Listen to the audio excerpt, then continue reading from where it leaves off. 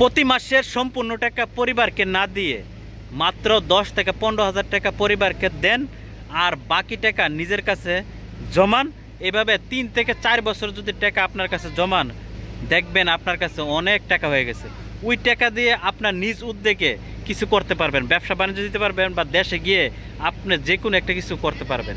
যদি সম্পূর্ণ টাকায় পরিবারকে দিয়ে দেন, তাহলে সারা জীবন বিদেশ করতে পারবেন, কিন্তু জীবনে কোনো উন্নতি করতে পারবেন না, কিছুই করতে পারবেন না।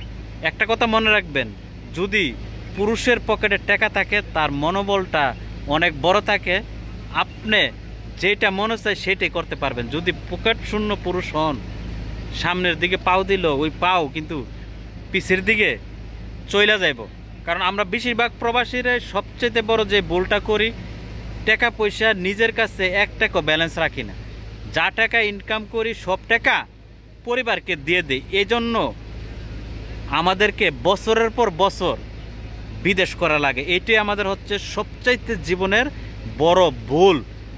তাই আমি সকল প্রবাসীদেরকে একটা কথাই বলবো, মাসে যা টাকা ইনকাম করেন সম্পূর্ণ টাকা পরিবারকে কখনো দিবেন না।